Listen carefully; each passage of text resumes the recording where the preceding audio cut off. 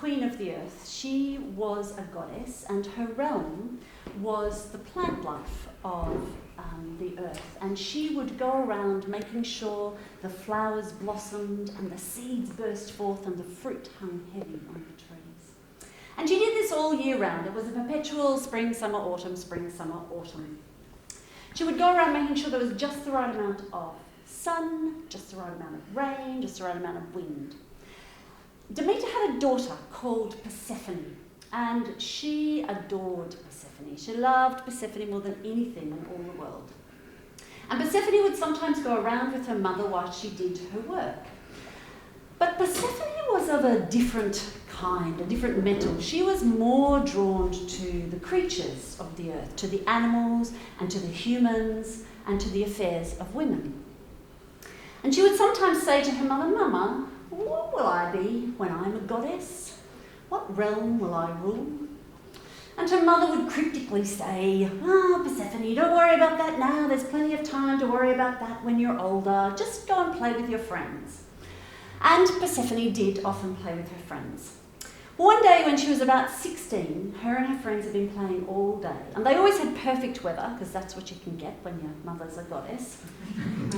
And they'd had a lovely, long morning playing, and then they'd had a big lunch, and they were just relaxing on a grassy slope, looking up through the trees and growing a bit sleepy. And Persephone was looking up through the trees, and suddenly she smelled narcissus, her favourite flower. It was the jonquil type that has a scent, and she loved it. And she thought she would just tiptoe around the hill and see where she could get the narcissus and bring them back to her friends. So she tiptoed away, and then she went around the hill, and then suddenly she found herself just falling absolutely without warning through pitch blackness, and she froze as she fell, waiting to land, hoping it would be okay, and she landed, and she stood stock still, trying to work out where she was. And then she realised she had fallen into the underworld.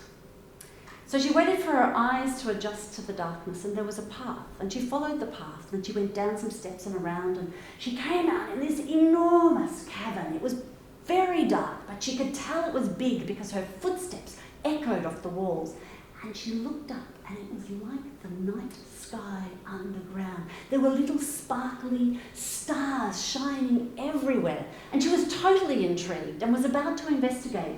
But she heard this sound coming louder, louder, louder into the room, into the cavern, and echoing off all the walls was 6 black horses pulling a chariot. And the driver hauled that chariot to a stop. And the young man driving, looked at the young woman, and there were 2 more sparks in that cavern. The man said, "Who are you?" Persephone drew herself up to her full height, and she said, "I am Persephone, daughter of Demeter, queen of the earth." "Who are you?" "I'm Hades, king of the underworld. I've been waiting for a queen for a very long time, and you look suitable. Will you be my queen?" "Hang on, I've just arrived. I've only just met you, and I'm going to need some time to think about it." And so he held out his hand, and he said, "You better come with me while you think." And she put her hand in his, and there was electricity pulsing through those hands. And so she got into the chariot, and they stood in each other's heat as those horses thundered through tunnels and around and down. And finally it came out into the palace of the underworld, the most extraordinary thing Persephone had ever seen. It was layers and stairs and caves and different levels, and in the middle was a big platform with 2 thrones. And moving all about were these dark, shadowy figures, because the underworld is home to the spirits of the dead. And then Hades took Persephone up to that platform, and she saw the full beauty of what this cavern was, because all the treasures of the earth, all the precious metals, all the precious stones, all the crystals had been used to decorate. There were sapphires, diamonds, rubies, pearls, There were gold and silver, there was crystals, it was magnificent. So there was a feast being brought by the spirits for Persephone to have, and she had a seat. She didn't want to sit on the throne because she wasn't ready to commit to the underworld.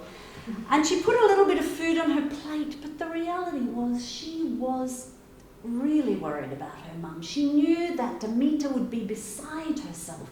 And she didn't know whether she wanted to stay here or be up there with the sun and the sky and her friends and her mother. And so she pushed the food around and around on her plate. And then she looked up at Hades, who was smiling with those big brown eyes. And she picked up something and she nibbled. And Persephone knew, and Hades knew, that that would change everything. Meanwhile, up on Earth, Demeter was calling, Persephone! Persephone! Persephone! Persephone! And then she met Hecate, who told her what had happened. And Demeter pulled the shawl over her head and she beat her breast and she went around the earth, drawing in all her blessings, and dark clouds came and rain and wind whipped the earth, and everything, wherever she went, began to die. And she knew no bounds to her grief. Well, Rhea, mother of all the gods, was looking down and going, Olympus, we've got a problem. This can't go on. If this goes on, we'll have no life on earth. There'll be no subjects to adore and worship us. So she called her son Zeus and she said, Zeus, go and sort it out with Hades. Just get the girl back up to earth. So Zeus goes down to see Hades and says, Hades, come on, you can't have, she's not the right queen for you. She's got to come back to earth because it's a disaster up there. And Hades is like, I think she's just about to come around. I think she really does. She does want to be queen. I'm sure she does. And he says, nah, it's not happening. It's not happening. Rhea says, it's not happening. And then Hades played his trump card and he said, Zeus, old boy, she's eaten. Rhea knew, Zeus knew, they all knew. But that changed everything. Because if you eat of the underworld, you are bound to the underworld.